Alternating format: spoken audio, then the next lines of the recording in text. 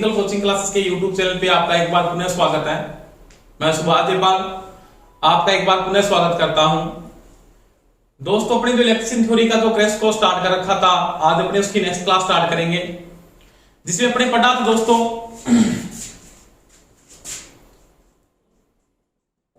Active and passive component, यानी सक्रिय और निष्क्रिय घटक के बारे में पढ़ रहे थे। आज अपने एक्टिव और पैसिव की बीआई कैरेक्टरिस्टिक के बारे में पढ़ेंगे, यानी एक्टिव और पैसिव की बीआई कैरेक्टरिस्टिक, यानी बीआई अभिलक्षण, इसके बारे में बात करेंगे। मैंने बात की थी एक्टिव कंपोनेंट क्या है, पैसिव कंपोनेंट क्या होते हैं। एक्टिव को क्या बोलते हैं? एक्टिव को दोस्तों बोलते हैं सक्रिय घटक। क्या कहते हैं? सक्रिय घटक।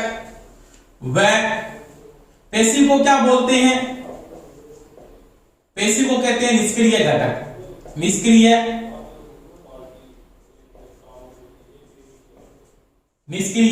घटक। इन दोनों का बीआई अभिलक्षण पढ़ेंगे, यानी बीआई कैरेक्टरिस्टिक के बारे में बात करूंगा। अब अपने पास जो एक्टिव कंपोनेंट है, जो इसका पैसिव कंपोनेंट है, उसकी मैं बीआई कैरेक्टरिस्टिक की अगर मैं बात करता हूं तो कौन सा कंपोनेंट किसकी श्रेणी में आएगा उसके बारे में पढ़ते हैं। तो देखो, सक्रिय घटक जो यूज हो रहा है और निष्क्रिय घटक का तो अपने बीआई अभिलक्षण के बारे में पढ़ते हैं। तो मैं बात करता हूं, जैसे ये इसके दोस्तों अपने जो बात करें, इसका जो ये एक्स एक्स है ना, इसको अपने क्या बोलते हैं? ये इसका एक्स एक्सिस है और ये इसका क्या है? तो इसको दोस्तों बोलते हैं वाई एक्सिस। ये सभी को पता है दोस्तों क्या होता है? पॉजिटिव। तो ये इसके साथ क्या होता है? नेगेटिव। ये पॉजिटिव और ये इसका दोस्तों क्या होता है? नेगेटिव होता है। अब मैं इसके बीआई कैरेक्टरिस्टिक की मैं अगर बात करूं, किसकी? एक्टिव कंपोनेंट किस में आता है, पैसिव कंपोनेंट किस में आता है, किस क्वाड्रेंस के अंदर? जैसे इसका फर्स्ट है, ये सेकंड है, ये थर्ड है और ये क्या है? फोर्थ है। यानी इसका फर्स्ट क्वाड्रेंस है, ये सेकंड है, ये थर्ड है और ये क्या है? फोर्थ नंबर है। तो दोस्तों अपने जब बात करते हैं इस चीज के ऊपर क्या लिखा जाता है बीआई कैरेक्टरिस्टिक के अंदर, अपने इसको क्या लिखे चलते? बी पॉजिटिव होता है। क्या होता है? B positive. यहां पे बी क्या होता है? नेगेटिव। यहां पे आई क्या होता है? पॉजिटिव। यहां पे आई क्या होता है दोस्तों? नेगेटिव। समझ में आई मेरी बात? अब अगर इसमें फर्स्ट क्वाड्रेंस के अंदर मैं बात करूं, इसका ये फर्स्ट क्वाड्रेंस है, ये इसका सेकंड है, ये इसका थर्ड है और ये इसका क्या है? फोर्थ है। अब अपने पास अगर मैं नोट करता हूं तो यहां पे भी क्या है कि आप इसका जो पी मेंटेन करके इसकी पावर जो यहां पे मेंटेन करोगे, तो दोस्तों आपने पढ़ा है कि फर्स्ट क्वाड्रेंस के अंदर, फर्स्ट के अंदर P इक्वल टू आप क्या लिखोगे? V क्या है? पॉजिटिव, यानी V इंटू में क्या होगा? I, यानी उसमें P क्या रहता आपका? पॉजिटिव। यानी P क्या है? P आपका दोस्तों क्या है? P पॉजिटिव है इस क्वाड्रेंस के अंदर। तो यहां पे क्या आएगा आपका? P पॉजिटिव आएगा। P आपका क्या होगा? ये पॉजिटिव होगा इस क्वाड्रेंस के अंदर। समझ में आई मेरी बात? अब मैं यहां पे अगर बात करता हूं इस क्वाड्रेंस के अंदर, सेकंड के अंदर, तो सेकंड क्वाड्रेंस के लिए दोस्तों आप बात करोगे तो P इक्वल टू वही बात है VI। वोल्टेज किसका है? तो वोल्टेज इसमें अंदर क्या है? नेगेटिव है, यानी माइनस V इंटू में क्या है? Plus I। तो ये आएगी जो पावर आएगी तो वो क्या आएगा? माइनस VI आएगा। क्या आएगा? Minus VI। यानी यहां पे क्या आएगा? जो P आएगा दोस्तों वो क्या आएगा? आपका नेगेटिव आएगा इस क्वाड्रेंस के अंदर। फर्स्ट क्वाड्रेंस के अंदर आपका P पॉजिटिव रहता है, सेकंड क्वाड्रेंस के अंदर आपका P क्या रहता है? नेगेटिव रहता है। अब मैं थर्ड क्वाड्रेंस की अगर बात करता हूं तो थर्ड में क्या होगा? वही बात है, P इक्वल टू V किसका है? Minus V। V किसका है? नेगेटिव है यहां पे V। और आपका जो करंट है, यानी वोल्टेज भी नेगेटिव है, करंट भी क्या है? नेगेटिव है। इसका मतलब क्या लिखोगे आप? माइनस V इंटू माइनस आई तो बराबर में क्या आएगा आपके पास, माइनस को माइनस से गुणा करोगे तो क्या आएगा, प्लस का पी आई आएगा। तो यहां पे दोस्तों क्या हो जाएगा, पी पॉजिटिव होगा, पी पॉजिटिव होगा। अब अगर आप फोर्थ क्वाड्रेंट के अंदर इसकी बात करते हैं, फोर्थ में क्या आएगा, फोर्थ में क्या है, V क्या है, V पॉजिटिव है, इनटू में I क्या है, I नेगेटिव है, तो P माइनस में क्या आएगा, VI आएगा। तो यहां पे क्या होगा, I पावर आपकी जो होगी P क्या होगी, वो होगी नेगेटिव, क्या होगी, नेगेटिव। यानी क्या होता है, फर्स्ट और थर्ड क्वाड्रेंट के अंदर P क्या रहता है, पॉजिटिव, P पॉजिटिव, और सेकंड और फोर्थ के अंदर P क्या रहता है, P नेगेटिव, क्या होता है, P नेगेटिव। अब मैं नोट बात करता हूं, जिस कंपोनेंट की पावर किस में आती है, पॉजिटिव के अंदर आती है, जैसे ऐसे आ रही है, इसके अंदर ऐसे आ रही है किसी चीज की, ये इसका फर्स्ट है और ये इसका क्या है दोस्तों, सेकंड है। यानी इसके अंदर अपने पास कोई भी इसका जो ग्राफ आ रहा है वो ऐसे आ रहा है, मान लिया इसके अंदर भी कोई ग्राफ आ रहा है वो ऐसे आ रहा है, तो ये भी पॉजिटिव है और ये भी क्या है, पॉजिटिव है। तो ये किस कंपोनेंट में शामिल होगा, तो ये क्या कर सकता है, पावर को कंज्यूम कर सकता है। यानी यहां पे कंज्यूम हो रही है, ये पॉजिटिव डिपेंड कर रहा है, इसका मतलब यहां पे क्या मेंटेन होगा, ये किस कंपोनेंट में आएगा, तो ये आएगा पैसिव कंपोनेंट में। किसमें आएगा, पैसिव कंपोनेंट में। इतनी दी जा रही, इतनी खपत कर रहा है, नॉर्मल बात है। पैसिव की मैंने बात की थी, पैसिव वाला क्या करते हैं, पावर को कंज्यूम करते हैं या वो क्या करते हैं, अवशोषित करते हैं। तो वही बात है, ये जो सारे के सारे किसमें आएंगे, पैसिव कंपोनेंट में आएंगे। फर्स्ट क्वाड्रेंट और आपका थर्ड क्वाड्रेंट किसमें आएगा, पैसिव कंपोनेंट में आएगा। किसमें आएगा, पैसिव के अंदर। और मैं अगर बात करूं आपके अंदर सेकंड और फोर्थ में आपके अंदर क्या मिल रही है, पावर नेगेटिव जा रही है। इसका मतलब मैं एक बात करता हूं, जैसे आपके पास एक ट्रांजिस्टर किसमें आता है, आपने ट्रांजिस्टर किसमें बढ़ा था, एक्टिव कंपोनेंट है। इसका मतलब इसको दी गई पावर से ज्यादा ये बढ़ा के मेरे को दे सकता है। आपने प्लस में दी, इससे ज्यादा ये दे रहा है, इसका मतलब अपने पास जो पावर आएगी वो नेगेटिव ये दे रहा है अपने को, तो ये किसमें आएगा, एक्टिव कंपोनेंट में। यानी ये क्या कर रहा है, डिलीवर कर रहा है, अपनी ओर से डिलीवर कर रहा है, सामने से बढ़ा रहा है, उसको गेन करवा रहा है। तो वो कंपोनेंट किसमें आएंगे, एक्टिव कंपोनेंट में आएंगे।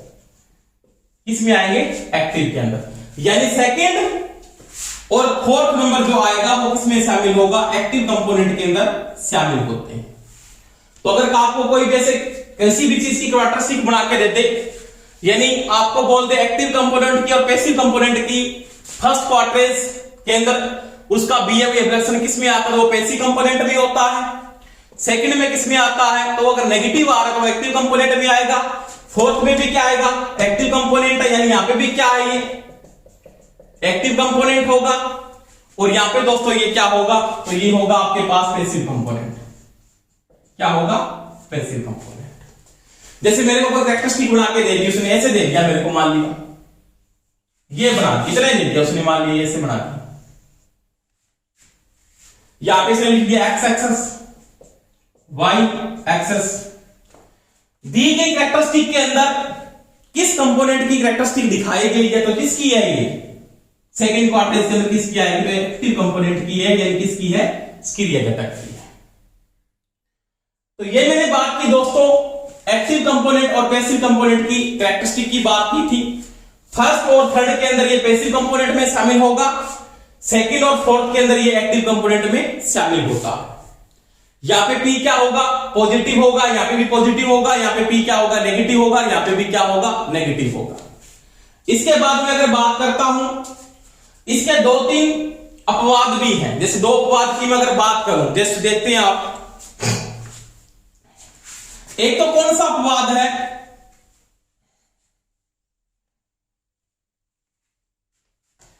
एक अपवाद आपने पढ़ा दोस्तों जिनर डायोड का। जिनर डायोड कल मैंने बात की थी कि जिनर डायोड किस कंपोनेंट में शामिल होता है। तो जिनर डायोड आपका किस कंपोनेंट में शामिल है, तो वो है किस कंपोनेंट में शामिल होता है, वो एक्टिव कंपोनेंट है। कौन सा है? Active component. परंतु उसकी मैं बीआई कैरेक्टरिस्टिक देखूं तो देखो यहां पे ऐसे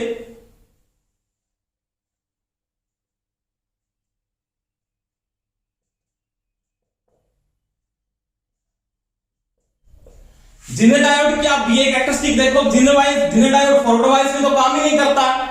ये तो इसका क्या होता है? फॉरवर्ड वाइज आगे पढ़ेंगे जब इलेक्ट्रिक टॉपिक आएगा। फॉरवर्ड वाइज क्या होता है, रिवर्स वाइज क्या होता है।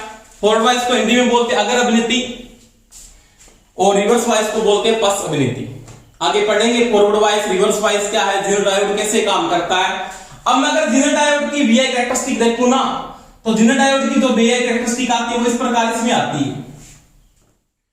अब इसके तौर पे जाऊं तो ये किस में आ रहा है? ये पैसिव में आना चाहिए, परंतु ये पैसिव में नहीं आता, क्योंकि इसकी जो बीआई कैरेक्टरिस्टिक है ना वो इस प्रकार से बनी होती है जिनर डायोड की, इस प्रकार से। अब ये पैसिव कंपोनेंट में आना चाहिए, परंतु पैसिव कंपोनेंट में क्यों नहीं आ रहा? क्योंकि ये वोल्टेज को कंट्रोल कर रहा है, वोल्टेज को कंट्रोल करता है। और कल मैंने बात की थी आवेश को जो कंट्रोल करता है वो किस में आता है? तो वो किस में आता है दोस्तों? एक्टिव कंपोनेंट में शामिल किया जाता है।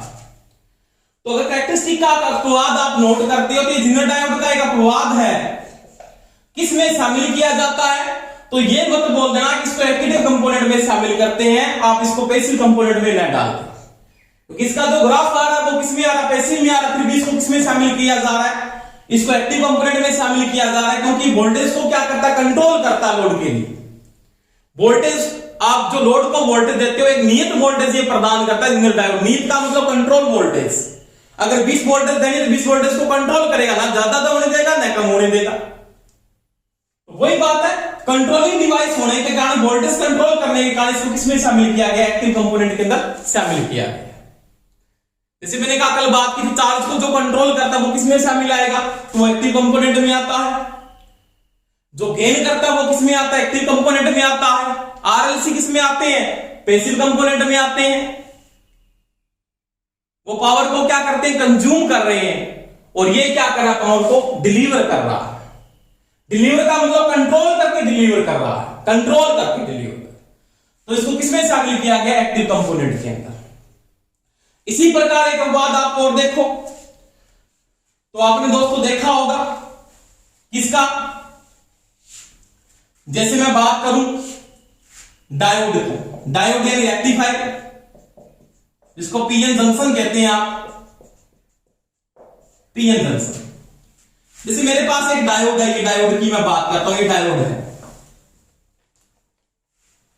अब इसकी बीआई कैरेक्टरिस्टिक आप देखते हो तो आपको बहुत बार बुकों में आपने पढ़ा होगा, ये नोट बात आपने की है, बहुत सी बुकों में ये लिखा हुआ है कि पीएन जंक्शन या डायोड एक्टिव और पैसिव दोनों कंपोनेंट में शामिल किया जाता है, परंतु ये दोस्तों सही नहीं है। सही तौर पे अगर मेरे तौर पे मैं देखता हूं तो इसकी जो कैरेक्टरिस्टिक आती है ना नॉर्मल, जैसे मैं बात करता हूं 0.3 वोल्टेज, 0.7 वोल्टेज, अगर सिलिकॉन की बात करें तो 0.7 और जर्मेनियम की बात करें तो 0.3। इसके बाद ये जो फॉरवर्ड वाइज में होता है, किसमें होता है? फॉरवर्ड वाइज में। इस प्रकार से इसका रिएक्शन बनता है। सिलिकॉन के लिए ये बनता है। तो इसका जो मैं शामिल कर रहा हूं, अगर इसको मैं देख रहा हूं तो ये किसमें शामिल हो रहा है? पैसिव कंपोनेंट में आ रहा है। किसमें आ रहा है? पैसिव कंपोनेंट में आता है। परंतु बहुत से बात पर ये भी कहते हैं कि इसको एक्टिव व पैसिव दोनों में शामिल करते हैं, परंतु नहीं किया जाता। इसको एक्टिव कंपोनेंट में आप शामिल नहीं कर सकते, इसको किसमें शामिल करते हैं? पैसिव कंपोनेंट में। क्योंकि 0.3 वोल्टेज के बाद जब जर्मेनियम का बना है तो ये पावर यहां पे जर्मेनियम का बनेगा है, तो ये 0.3 वोल्टेज के बाद धारा को क्या करता? फ्लो कर देता सर्किट के अंदर। सिलिकॉन का है तो 0.7 वोल्टेज के बाद धारा को फ्लो कर देता है। तो इसको जो शामिल करते हैं सही तौर पे देखा जाता है, इसको पैसिव कंपोनेंट में शामिल किया जाता है, इसको एक्टिव कंपोनेंट में शामिल नहीं करता। तो ये दो बात की थी बुक में, ये भी लिखा है कि इसको एक्टिव और पैसिव दोनों में शामिल करते हैं। वैसे ही तौर पे देखा जाएगा इसको बोले हुए, इसको पैसिव कंपोनेंट में ही शामिल किया जाता है। तो रिवर्स वाइज में भी ये काम करता है। रिवर्स वाइज में इसकी बीआई कैरेक्टरिस्टिक बढ़ जाती है, ये अपने वोल्टेज के साथ मान मेंटेन करके चलते हैं। तो ये तो शामिल होगा, ये किसमें आता है? पैसिव कंपोनेंट में आता है। परंतु जिंगर डायोड किस में आता है? एक्टिव कंपोनेंट में आता है। ये चीज का ध्यान रखना है। तो ये दोस्तों मैंने बीआई कैरेक्टरिस्टिक की बात की थी, एक्टिव और पैसिव कंपोनेंट की। तो ये टॉपिक था ऐसी एक्टिव कंपोनेंट की और पैसिव कंपोनेंट की बीआई कैरेक्टरिस्टिक। आगे बात करते हैं। देखो इसके बाद मैं अगर बात करता हूं तो इसके बाद अपने जो टॉपिक स्टार्ट करेंगे उसमें पढ़ेंगे सर्किट थ्योरी। क्या पढ़ेंगे?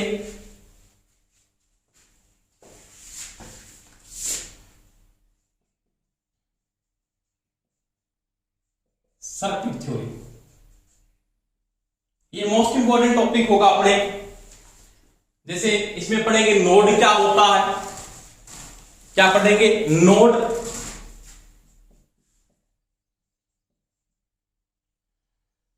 यानी नोड क्या है। नोड के बाद बात करूंगा ब्रांच। ब्रांच क्या होती है? नोड हो गया, ब्रांच हो गया, उसके बाद किसकी बात करेंगे? लूप कि लूप क्या होता है। नोड को क्या बोलते हैं? संधि या जंक्शन कहते हैं, एक ही बात है, ज्यादा अपने नोड ही नाम शब्द यूज करते हैं। ब्रांच को क्या बोलते हैं? शाखा। क्या बोलते हैं? शाखा। लूप को क्या बोलते हैं? पास। क्या होता है? पास। इन तीनों के बारे में बात करेंगे। फिर अपने जो किरचॉफ का जो अगले जो सिस्टम में पढ़ते हैं, जैसे अपने पास उसके सर्किट पढ़ेंगे अगले वाले, जिसके अंदर किरचॉफ का जब लॉ लागू करते हैं, तो वहां पे नोड थ्योरी के अंदर अपने को इन तीनों बातों का ध्यान होना चाहिए कि नोड क्या है, ब्रांच क्या है और लूप क्या है। तीनों अलग अलग चीज होती है। सबसे पहले मैं दोस्तों किसकी बात करता हूं? नोड की बात करता हूं। किसकी करता हूं? नोड। नोड क्या है? नोड का मतलब संधि। नोड या संधि एक ही बात है। तो ये क्या कहता है? जब किसी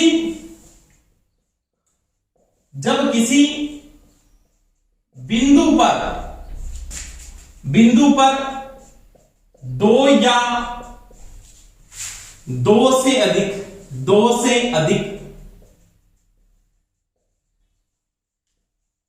एलिमेंट जुड़ते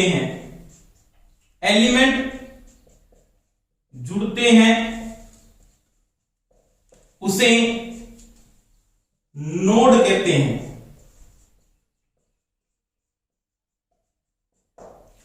एलिमेंट का मतलब मैं बात करता हूं, जैसे एलिमेंट की बात आए, जैसे आपके पास एक एलिमेंट ये हो गया, रेजिस्टिव एलिमेंट हो गया। एलिमेंट को तत्व कहते हैं, एलिमेंट हो गया। ये एलिमेंट हो गया, इंडक्टर का मान लेते हैं, ये एलिमेंट हो गया, ये एलिमेंट हो गया। वोल्टेज सोर्स का एलिमेंट हो गया, कोई करंट सोर्स का एलिमेंट हो गया। अब वो क्या कहता है? किसी नोड के ऊपर दो या दो से अधिक या तो जोड़ जुड़े या दो से ज्यादा जुड़े, उसको अपने क्या बोलते हैं दोस्तों? नोड, या क्या बोलते हैं उसको? संधि। यानी किसी भी संगम के ऊपर या किसी भी बिंदु पर दो या दो से अधिक एलिमेंट जुड़ते हैं। मान लिया ये एलिमेंट आपके जुड़ रहे हैं, जैसे मैं सर्किट बना रहा हूं, एक ये सर्किट है आपके पास, ये मैंने वोल्टेज सोर्स लगा दिया, ये आर लगा दिया, 1 मान लिया, यहां पे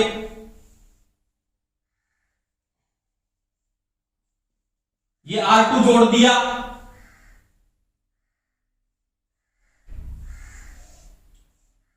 यहां पे करंट सोर्स लगा दिया आपने, मान लिया, ये नोड बना दिया। अब देखो इसमें मैं नोड की बात करता हूं, दो या दो से अधिक। इसका मतलब यहां पे कितनी बढ़ रही है शाखाएं आपकी? 3 शाखाएं खंड रही है, 1, 2 और 3 एलिमेंट जुड़े हैं, 1, 2 और ये 3। एक नोड इसकी ये हो गई, एक नोड इसका ये हो गया, एक नोड इसका ये हो गया। यहां पे मान लिया डिस्टेंस आपने और यूज कर लिया, मान लिया ये डिस्टेंस लगा दिया। एक नोड आपका ये हो गया, एक नोड आपका ये हो गया, और एक नोड आपका ये हो गया, और एक नोड आपका ये हो गया। तो इसको बोलते जब किसी बिंदु पर दो या दो से अधिक एलिमेंट जुड़ते हैं। जैसे यहां पे कितने एलिमेंट जुड़े हैं? 3 जुड़े हुए हैं, यहां पे 2 जुड़े हैं, यहां पे भी एक एलिमेंट जुड़ा है, इसके साथ ये नोड जुड़ा हुआ है, यहां पे भी दो एलिमेंट जुड़े हैं, यहां पे भी दो एलिमेंट जुड़े हैं, यहां पे भी दो एलिमेंट जुड़े हैं। तो ये एलिमेंट जुड़ते हैं दो या दो से अधिक, एक नहीं दो या दो से अधिक, तो वहां पे क्या बनता है, नोड बनता है। नोड का मतलब क्या बनता है, संधि बनती है। वो या तो दो होने से ही या दो से ज्यादा होना, दो से ज्यादा कितने भी हो सकते, उसको क्या बोलते हैं, नोड या संधि कहा जाता है। इसको क्या बोलते हैं, जंक्शन भी कहते हैं। अब ये दोस्तों नोड दो प्रकार का बनता है। कितने प्रकार का बनता है, दो प्रकार का। ये नोड है, इस नोड को दो प्रकार से बनाया जाता है। तो आवश्यक नोड, आवश्यक संधि।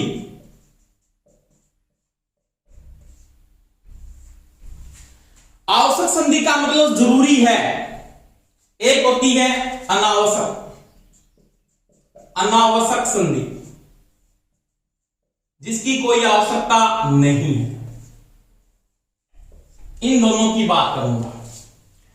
आवश्यक का मतलब जो इसके लिए अपने पास धारा का रास्ता अपने मेंटेन करेंगे कि यानी आवश्यक संधि है, और एक क्या है, अनावश्यक संधि है। दो प्रकार के नोड बनते हैं, इसको बोलते हैं एसेंशियल और इसको बोलते हैं नॉन एसेंशियल।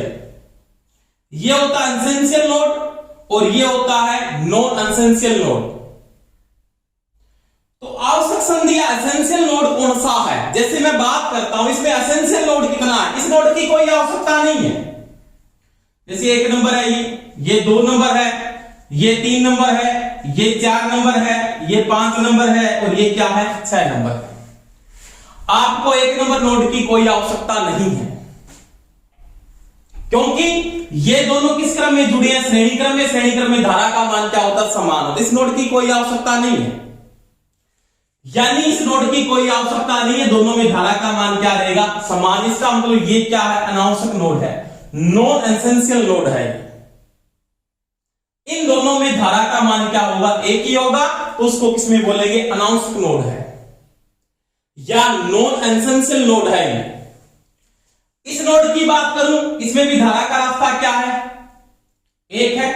अब यहां पे देखो, इस नोड को मैं यहां से हटा सकता हूं, इस नोड की कोई आवश्यकता नहीं है, क्योंकि बीच में कोई एलिमेंट जुड़ा हुआ है, कोई एलिमेंट नहीं जुड़ा हुआ। इसका मतलब इसको मैं ऐसे भी बना सकता हूं ना, इसके साथ ऐसे। इस नोड की कोई आवश्यकता नहीं है, तो ये क्या है, अनावश्यक नोड है,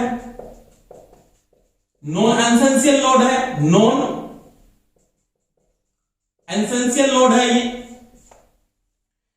अब देखो, इस नोड के बिना काम नहीं चलेगा, ये नोड जरूरी है। इस नोड में देखो, यहां पे धारा का रास्ता क्या, एक ही है, इसके अंदर नोट करते हैं। तो इस नोड को इसके साथ जोड़े, बीच में कोई एलिमेंट आ रहा है, कोई एलिमेंट नहीं है, तो इस नोड की भी कोई आवश्यकता नहीं है। ये क्या अनावश्यक नोड है, इसको वैसे जोड़ सकते हो आप, धारा क्या रहेगी, श्रेणी क्रम में समान रहती है। ये भी दोनों किस क्रम में, श्रेणी क्रम में। इसका मतलब ये भी क्या है, अनावश्यक नोड है, इसकी भी कोई आवश्यकता नहीं कि दोनों श्रेणी क्रम में धारा का रास्ता क्या है, एक है। अब देखो, इस नोड, ये आवश्यक नोड नहीं है, यहां पे नोड बनाने की कोई जरूरत नहीं है, यहां पे भी नोड बनाने की कोई जरूरत नहीं है। अब आपके पास नोड, आवश्यक नोड है, वो कौन कौन से हैं, 2 नंबर और 5 नंबर। ये नोड आपके आवश्यक नोड है। अगर इन नोडों का मैं यूज नहीं करता तो आपका सर्किट क्या होता, टूट सकता है यहां से। यानी ये नोड और ये नोड, ये आपके दोनों के दोनों क्या है, आवश्यक नोड है। तो यहां पे मैंने बात की कि आवश्यक नोड क्या है, जिसकी अपने को आवश्यकता है, यानी वहां से शाखाएं फट रही है, अलग अलग धारा के रास्ते अलग अलग हो रही हैं, तो वो होगा आपका आवश्यक नोड। क्योंकि ये तभी समझ में आएगा, अगर टॉपिक पढ़ेंगे जैसे इसमें धारा के पथ कितने फ्लो हो रहे हैं, तो वहां पे नोड काम आएगी, आपको नोड पहचानना पड़ेगा। आवश्यक नोड अपने वहां पे यूज करेंगे, अनावश्यक नोड की कोई जरूरत नहीं होगी मेरे को। तो ये मैंने यहाँ पे बात की कि जो नोड से अपने पास कितने एलिमेंट यहाँ पे जुड़े हैं, शाखा से करंट फ्लो रहा है, यहां से फ्लो रहा है, यहां से फ्लो रहा है, तो यहाँ पे धारा के रास्ते क्या हो रहे हैं, अलग अलग फ्लो हो रहे हैं। अब इसमें धारा का रास्ता क्या है, इसमें भी क्या है, एक है। तो यहां पे मेरे पास कोई भी नोड की आवश्यकता नहीं है, यहां पे भी मेरे को कोई नोड की आवश्यकता नहीं है, श्रेणी क्रम में धारा का मान क्या रहेगा, समान रहेगा। परंतु यहां से करंट आने के बाद करंट क्या हो रहा है, दो रास्तों में जा रहा है, तो ये क्या बनेगा, आवश्यक नोड है, और ये भी क्या है, आवश्यक नोड है। इसका मतलब 2 और 5 नंबर क्या है, आवश्यक नोड है। और आप अगर बात करते हो 1, 6, 3, क्या, तो ये क्या है, अनावश्यक नोड है, इनकी आपको आवश्यकता नहीं है। तो ये मैंने नोड की बात की कि नोड क्या है, जब किसी बिंदु पर दो या दो से अधिक एलिमेंट जुड़ते हैं, एलिमेंट का मतलब तत्व जुड़ते हैं, तो उसको क्या बोलते हैं, आवश्यक नोड कहा जाता है। आवश्यक नोड कहा जाता है। उसमें दो प्रकार के नोड होते हैं, एक कंसेंशियल नोड होता है, एक नॉन कंसेंशियल नोड, आवश्यक नोड और अनावश्यक नोड। इसकी बहुत जरूरत होगी, आगे जाके इसको पढ़ेंगे, इसके बारे में आपको पढ़ना पड़ेगा, इसका यूज किया जाएगा, इसका कोई भी उपयोग नहीं करते। तो ये मैंने नोड के बारे में बात की। जैसे मैं सर्किट बनाता हूं और कोई सर्किट को आप अगर देखते हो, तो दोस्तों ये नोड के बारे में बात की। अब इसके बाद बात करते हैं ब्रांच। इसकी बात करेंगे, ब्रांच या शाखा।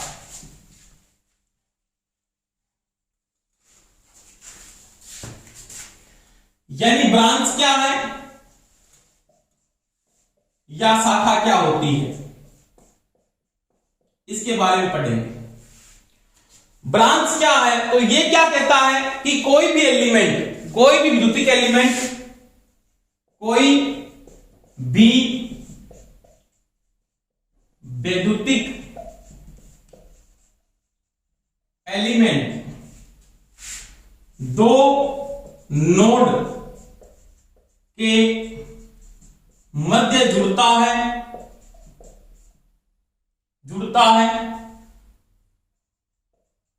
उसे ब्रांच कहते हैं। क्या कहते हैं, ब्रांच कहते हैं, या क्या बोलते हैं दोस्तों उसको शाखा कहा जाता है। इसी प्रकार जैसे पिछला सर्किट बढ़ा, उसी प्रकार से मैं सर्किट बढ़ा रहा हूं। जैसे ये सर्किट है, मान लिया ये मैंने वोल्टेज सोर्स लगा दिया, यहां पे एक रेजिस्टेंस लगा दिया, यहां पे एक रेजिस्टेंस लगा दिया, यहां पे एक रेजिस्टेंस लगा दिया,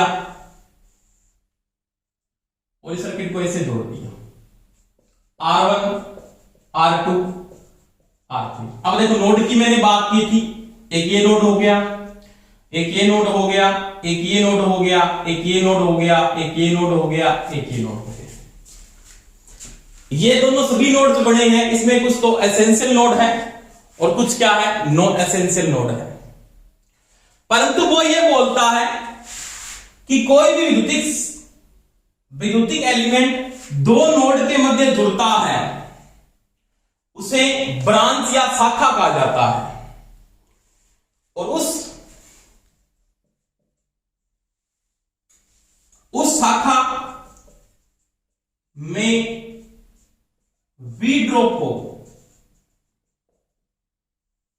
उस शाखा में वी ड्रॉप हो। देखो जैसे बात की थी, अब इस नोड के और इस नोड के मध्य ये वोल्टेज का सोर्स जुड़ा हुआ है, इसका मतलब ये एक शाखा, एक ब्रांच तो ये हो गई, एक ब्रांच ये हो गई,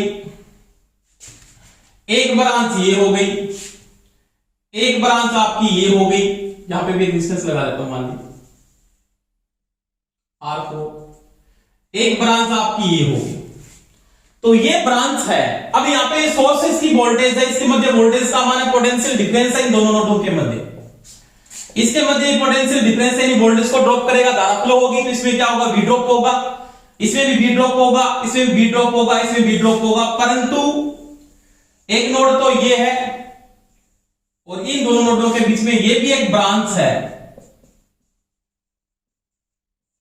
और ये भी एक क्या है, ब्रांच है, क्योंकि दो नोड के मध्य है, परंतु इस ब्रांच का उपयोग नहीं किया जाएगा। इस ब्रांच का कोई उपयोग नहीं है। क्यों? क्योंकि इन दोनों नोडों के मध्य ये वोल्टेज को ड्रॉप नहीं कर रहा, क्योंकि इसके मध्य कोई रेजिस्टिव सर्किट नहीं है, कोई एलिमेंट नहीं जुड़ा हुआ, किसी भी प्रकार का एलिमेंट इसके मध्य नहीं जुड़ा हुआ है। इसका मतलब यहां इस ब्रांच के मध्य भी ड्रॉप नहीं होगा, इसका मतलब इस ब्रांच का उपयोग नहीं करेंगे, इस ब्रांच का भी उपयोग नहीं करेंगे, क्योंकि दोनों नोडों के मध्य यहां पे भी वी ड्रॉप नहीं हो रहा वी ड्रॉप, इसका मतलब इस ब्रांच का भी उपयोग नहीं करेंगे। ये क्या कहता है कि ब्रांच क्या है या शाखा क्या है, कोई भी विद्युतिक एलिमेंट दो नोड के मध्य जुड़ा है और उस ब्रांच के मध्य क्या होती है, वी ड्रॉप हो, यानी वोल्टेज क्या होती है, ड्रॉप होती है, पोटेंशियल डिफरेंस आए दोनों नोडों के मध्य, तो वो क्या कहलाएगी, आपकी ब्रांच, या क्या कहलाती है, शाखा कहलाती है। अब देखो यहां पे ये भी ड्रॉप करेगा, धारा फ्लो होगी तो ये भी ड्रॉप करेगा, ये भी ड्रॉप करेगा, ये शाखा भी ड्रॉप करेगी, ये शाखा भी ड्रॉप करेगी, परंतु इसके बीच में कोई एलिमेंट नहीं है, तो क्या भी ड्रॉप करेगा, ये भी ड्रॉप नहीं करेगा और ये भी ड्रॉप नहीं करेगा। इसका मतलब इन दोनों ब्रांचों का उपयोग नहीं करेंगे। तो ब्रांच कितनी होगी यहां पे मुख्य रूप से देखें, 1 2 3 4 और 5, इसमें 5 ब्रांच है। इन 2 ब्रांच का उपयोग नहीं किया जा सकता, क्योंकि पहले तो वो बोलता है 2 नोड के मध्य एलिमेंट जुड़ना चाहिए, इसके मध्य कोई एलिमेंट नहीं है जो क्या करे, वोल्टेज को ड्रॉप करे, नहीं कर रहा कोई भी वोल्टेज ड्रॉप, इसका हम दोनों ब्रांचों का उपयोग नहीं करेंगे। आपके पास ब्रांच कितनी बची, 1 2 3 4 और 5, ये ब्रांच है, इसको क्या बोलेंगे, ब्रांच कहते हैं। दोबारा रिपीट कर रहा हूं मैं कि ब्रांच या शाखा क्या है, कोई भी विद्युतिक एलिमेंट, ये हो सकता है, ये हो सकता है, ये हो सकता है, वोल्टेज सोर्स हो सकता है, करंट सोर्स हो सकता है, 2 नोड के मध्य जुड़ता है और वो V को ड्रॉप करे, यानी दोनों नोडों के मध्य पोटेंशियल डिफरेंस आए, यानी विभवांतर आए, एक और हाई पोटेंशियल, एक और क्या रहे, लो पोटेंशियल रहे, तो वो उसको क्या बोलते हैं दोस्तों, ब्रांच या क्या कहा जाता है, शाखा कहा जाता है। तो ये मैंने बात की ब्रांच क्या है और शाखा क्या है। इसके बाद बात करते हैं अपने, इसके बाद दोस्तों बात करेंगे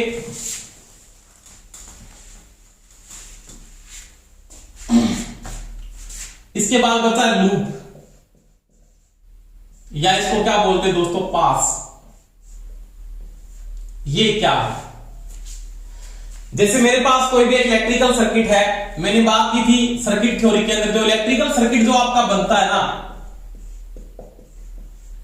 इलेक्ट्रिकल सर्किट जो बनता है, ये एक्टिव प्लस पैसिव कंपोनेंट के सहयोग से बनता है। एक्टिव कंपोनेंट कौन सा है, पैसिव कंपोनेंट कौन सा, मैंने पिछली वीडियो में आपको समझा दिया था। अब मैंने क्या किया, लूप और पास की बात करते हैं। लूप क्या है, लूप क्या है, तो एक एक्टिव व पैसिव कंपोनेंट का मतलब घटक से बना इलेक्ट्रिकल सर्किट, इलेक्ट्रिकल सर्किट जिसमें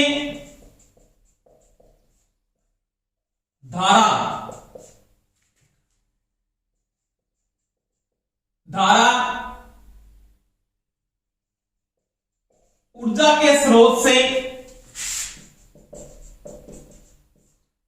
बहकर पुनः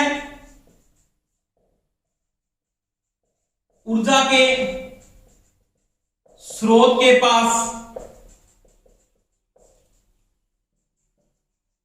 पहुंच जाती है, उसका एक बंद यानी क्लोज सर्किट लूप या पास कहलाता है, लूप या पास कहलाता है। ये होता है लूप या पास। जैसे क्या बात कर रहा है, परिभाषा मैंने बताई आपको, देखो क्या कहता है। जैसे ये रेजिस्टेंस लगा है, एक ये लगा है, एक ये लगा है, एक ये लगा है, एक करंट सोर्स लगा दिया, ये वोल्टेज सोर्स लगा दिया, R1 R2 R3, ये आपका करंट सोर्स है, ये वोल्टेज सोर्स है। देखो अब वोल्टेज यहां से फ्लो होती है, ऐसे इस प्रकार से फ्लो के वापिस क्या आती है, यहां पे पहुंच जाती है। यानी क्या कहता है, एक्टिव का मतलब ये एक्टिव कंपोनेंट है, इसके अंदर ये क्या है, पैसिव कंपोनेंट है। मैंने कल समझाया आपको एक्टिव कौन सा है और पैसिव कंपोनेंट कौन सा है। धारा एक्टिव कंपोनेंट से फ्लो हुई, फ्लो होने के बाद ऊर्जा के स्रोत से फ्लो हुई, रेजिस्टेंस से गुजरने के बाद पुनः ऊर्जा के स्रोत के नेगेटिव सिरे से वापस क्या करते हैं, प्रवेश में ऊर्जा के स्रोत के पास पुनः आ जाती है। और ये क्या बनता है, क्लोज सर्किट बनता है। क्या बन जाता है, क्लोज। तो इसको क्या बोलते हैं, लूप। इसमें मैंने बोल दिया I1 फ्लो हो रही है, इसका ये भी क्या होगा, एक क्लोज सर्किट है, इसको भी बोलेंगे I2। तो ये इसका क्या कहलाता है, लूप कहलाता है। यानी ये क्या है, लूप है। ये भी क्या है, लूप है। इसमें I1 फ्लो हो रही है, इसमें क्या फ्लो हो रही है, I2 फ्लो होती है। इसको दोस्तों बोलते हैं लूप, या क्या बोलते हैं, पास कहते हैं। जो अगले पढ़ेंगे प्रश्न इसमें किस प्रकार से हल करेंगे, तो किरचॉफ के लूप आते हैं उसमें बात करेंगे अपने। आपको वहां पे इन तीनों बातों का पता होना चाहिए। नोड कैसे बन रहा है, कितने नोड है, कितनी ब्रांच है, और कितने उसमें लूप है। अगर वो बातें आपको पता है तो अपने इस प्रश्नों को क्या कर सकते हैं, हल कर सकते हैं। तो ये मैंने लूप की बात की थी।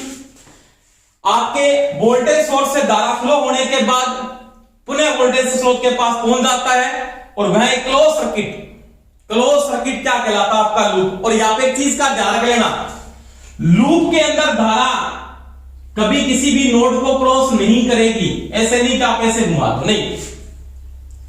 इसमें ध्यान रख लेना, लूप में धारा नोड को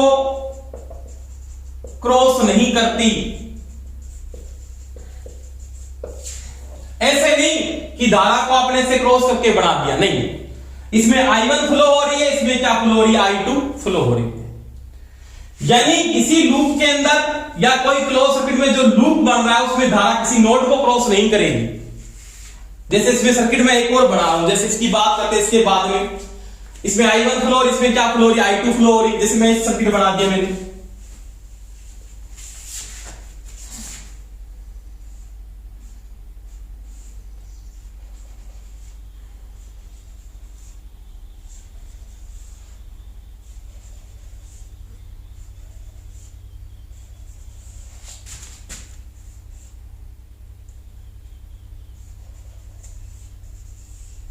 ये बना दिया, मान लिया। अब इसका ये लूप अलग है, इस नोड को ये क्रॉस नहीं करेगा। इसमें I1 फ्लो हो रही है, इसमें I2 फ्लो हो रही है, इसमें I3 फ्लो हो रही है। आजकल ऐसे प्रश्न आते हैं भाई, ध्यान रख लेना। ये कोई पेपर यूपीपीसीएल का, कोई पेपर डीएमआरसी का पेपर उठा के कम से कम 4-5% डागा आपको करने ही पड़ेंगे। आप इतने टफ नहीं, आप सो दिमाग में क्या सोच रखा कि सर जी ये बहुत टफ है, कोई टफ नहीं, बिल्कुल आसान हो जाएंगे आपको अगर समझ में आ रहा है टॉपिक। तो मैंने यहां पे बात की थी, एक्टिव कंपोनेंट से धारा फ्लो हुई, वापिस घूम के इसके पास पहुंच जाती है। उसका जो एक बंद परिपथ है वो क्या कहलाता है, आपका लूप कहलाता है। लूप में कोई भी करंट किसी नोड को क्रॉस नहीं करेगा, किसी नोड को क्रॉस नहीं करेगा। यानी I1 इसको क्रॉस नहीं करेगा, I2 इसको क्रॉस नहीं करेगा, I3 इधर क्रॉस होकर इधर नहीं आएगा। तो ये चीज का ध्यान रखना। तो ये आपने बात की थी नोड, ब्रांच और लूप के बारे में पढ़ा। नोड क्या है, लूप क्या है और ब्रांच क्या है। इसके बाद नेक्स्ट टॉपिक पे बात करते हैं, वो देखो। जैसे इसके बाद में प्रश्न की मैं बात करता हूं, तो देखो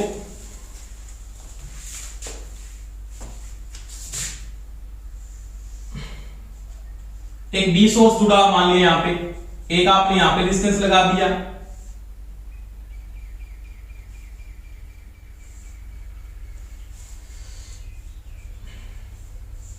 एक रेजिस्टेंस यहां पे लगा दिया, एक रेजिस्टेंस यहां पे लगा दिया, एक यहां पे लगा दिया,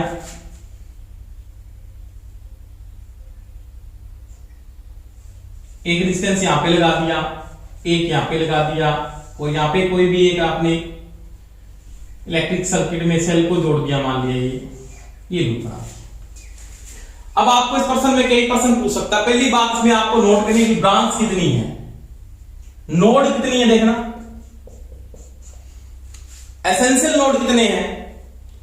अब देखो इसमें नोड कितने, 1 2 3 4, 1 2 3 4 5 6 7 8 नोड। टोटल इसमें 8 नोड हैं। कितने हैं, 8। आवश्यक नोड कितने हैं, एसेंशियल नोड, वो देखो कितने आवश्यक नोड। देखो आवश्यक नोड में इस नोड की कोई आवश्यकता नहीं है, ये दोनों किस क्रम में जुड़े हैं, श्रेणी क्रम में। इस नोड की कोई आवश्यकता नहीं, इस नोड की भी कोई आवश्यकता नहीं है। यानी ये दोनों नोड ऐसे जुड़ सकते हैं, इस प्रकार से। इस नोड की कोई आवश्यकता नहीं थी। ये श्रेणी क्रम में जुड़ा, कोई आवश्यकता नहीं है। ये आवश्यक नोड है, ये भी आवश्यक नोड है। इस नोड की कोई आवश्यकता नहीं है, इस नोड की भी कोई आवश्यकता नहीं। इसका मतलब 1 2 3 और ये 4 आवश्यक नोड कितने आपके पास? 4 इसके आवश्यक नोड है। ब्रांच कितनी है? ब्रांच में बात करेंगे 1 2 3 4 5 6 7 8 ब्रांच है। इसमें बीच में कोई ब्रांच नहीं, रीड्रॉप नहीं हो रहा, यहां पे भी कोई ब्रांच नहीं है। लूप कितने हैं? 1 2 3 लूप हैं। कितने हैं? 3 लूप। तो ये आपको पूछ सकता है कितनी नोड है, कितने एसेंशियल नोड है, कितने नॉन एसेंशियल नोड है। सीधा नोड पूछा तो आपको टोटल नोड बताने हैं। कितने एसेंशियल नोड है तो आपको देखना पड़ेगा कौन कौन से आवश्यक नोड है। कितने नॉन एसेंशियल नोड है तो वो देखना पड़ेगा आपको। कितने लूप है वो देखना पड़ेगा, और कितनी ब्रांच है वो देखना पड़ेगा। तो ये मैंने बात की थी नोड, ब्रांच और लूप के बारे में। इसके बाद मैं बात करता हूं टॉपिक के अंदर। इसके बाद देखो,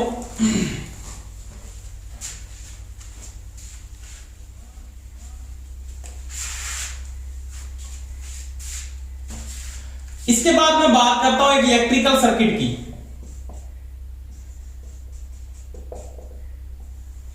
यानी एक विद्युतिक परिपथ क्या है, इलेक्ट्रिकल सर्किट क्या है।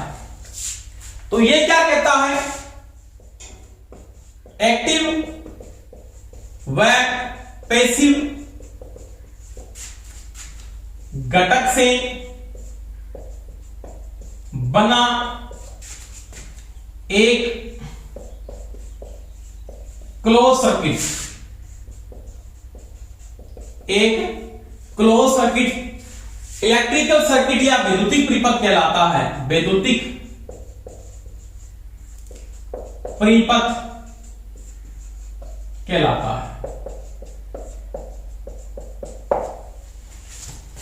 यानी मैंने बता दिया है, एक्टिव कंपोनेंट यूज होता, पैसिव कंपोनेंट यूज होता, दोनों के संयोग से बना हुआ एक सर्किट इलेक्ट्रिकल सर्किट कहलाता है, विद्युतिक परिपथ कहलाता है। दो प्रकार के बनते हैं, एक तो बेसिक बनता है और एक स्टैंडर्ड बनता है। जैसे मैं बेसिक सर्किट की बात करता हूं कि जैसे मेरे पास एक बेसिक सर्किट है,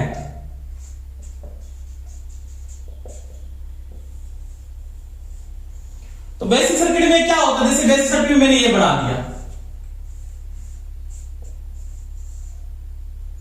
एक लोड लगा दिया, आरएल में लोड लगा दिया, एक एनर्जी का सोर्स यानी वोल्टेज सोर्स लगा दिया, यहां से धारा फ्लो हो जाएगी।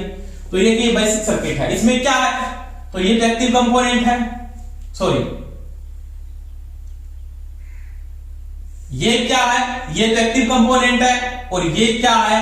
ये पैसिव कंपोनेंट है। अगर मैं स्टैंडर्ड सर्किट की बात करता हूं, स्टैंडर्ड सर्किट में क्या होता है? तो उसका अगर स्टैंडर्ड सर्किट आपके बड़े अंदर बना हुआ है, स्टैंडर्ड,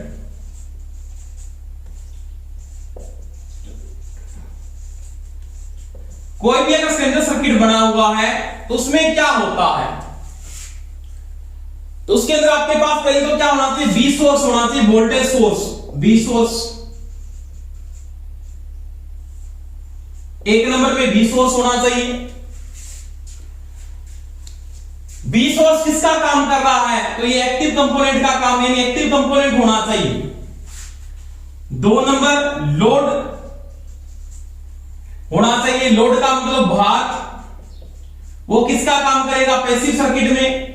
उसमें क्या हो सकता है? आरएलसी हो सकता है, आर हो सकता है, एल हो सकता है, सी हो सकता है, आरएल हो सकता है, आरसी हो सकता है, तीनों हो सकते हैं, आर अकेला हो सकता है। तो वो क्या होगा? लोड या भार होगा। तीसरा मैं अगर यहां पे बात करता हूं 3 नंबर में, तो यहां पे क्या होना चाहिए? सेफ्टी डिवाइस, यानी सुरक्षा युक्ति होनी चाहिए, जिसके रूप में मान लिया फ्यूज हो सकता है, एमसीबी हो सकती है, ईएलसीबी बात करते वो हो सकती है। तो वही बात है, सुरक्षा युक्ति होनी चाहिए। 4 नंबर बात करता हूं तो नियंत्रण युक्ति,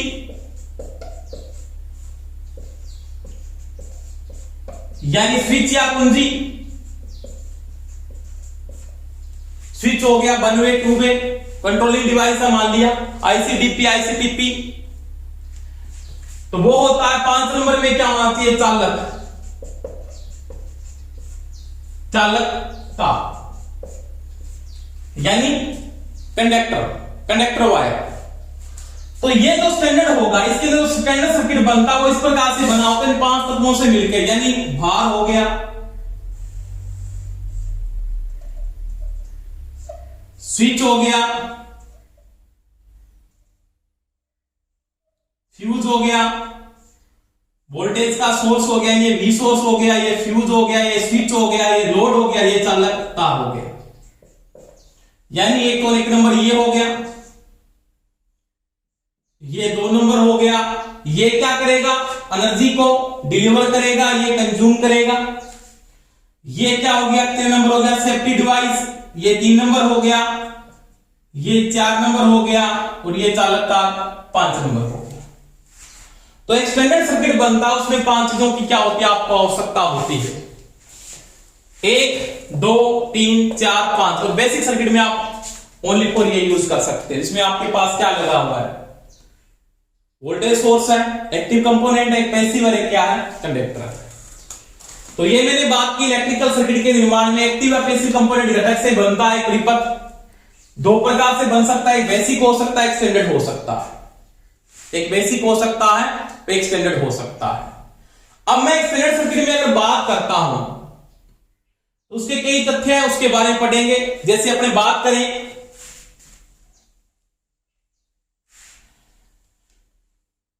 इसके बाद स्टैंडर्ड सर्किट के तथ्य की बात करूं,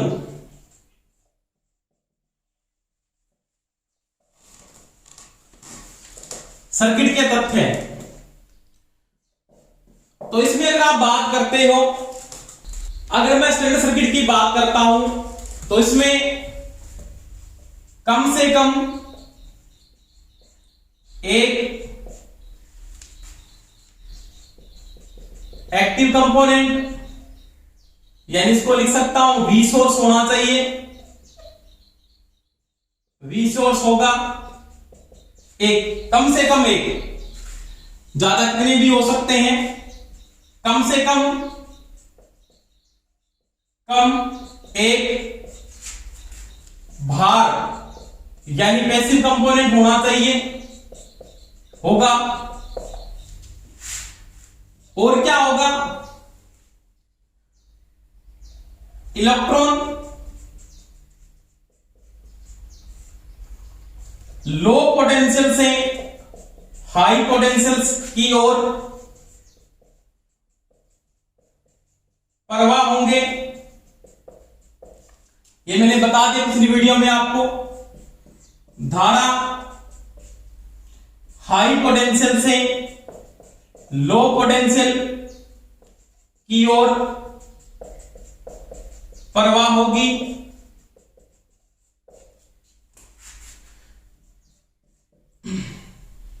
धारा का एक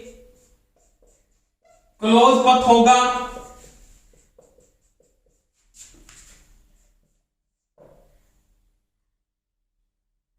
और धारा प्रतिरोध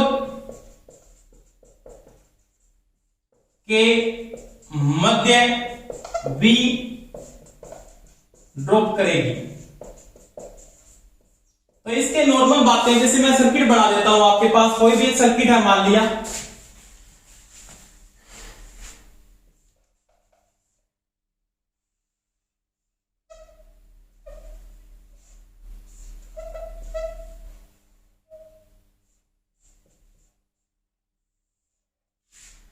ये फ्यूज लगा दिया आपने, ये स्विच है, धारा फ्लो और ये रेजिस्टेंस है लोड के अंदर, ये वोल्टेज सोर्स है। इलेक्ट्रॉन कैसे फ्लो होगा, ऐसे फ्लो होगा, कम से कम एक होगा, वोल्टेज सोर्स होगा, एक्टिव सोर्स होगा, एक्टिव कंपोनेंट है ये, कम से कम एक भार या लोड होगा।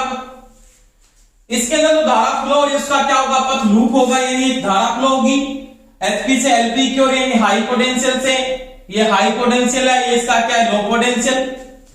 इलेक्ट्रॉन फ्लो होता है लो पोटेंशियल से हाई पोटेंशियल की ओर, और प्रतिरोध के मध्य यानी ये जो डिस्टेंस है इसके मध्य क्या होगी, वी ड्रॉप होगी। तो ये एक स्टैंडर्ड सर्किट होता है, ये एक सर्किट होता है। तो ये दोस्तों अपने बात की थी सर्किट के बारे में, इसमें पढ़ा नोड, लूप और पास और सर्किट के बेसिक पढ़े। धन्यवाद दोस्तों। क्लास अगले टॉपिक में अपने नेक्स्ट क्लास में पढ़ेंगे, इसके बारे में, इसके सर्किट कैसे हल किए जाते हैं उसके बारे में पढ़ेंगे। क्लास सभी को अच्छी लगी और सभी लाइक जरूर करें, और जिन्होंने इस चैनल को सब्सक्राइब नहीं किया वो सभी सब्सक्राइब कर लें। धन्यवाद।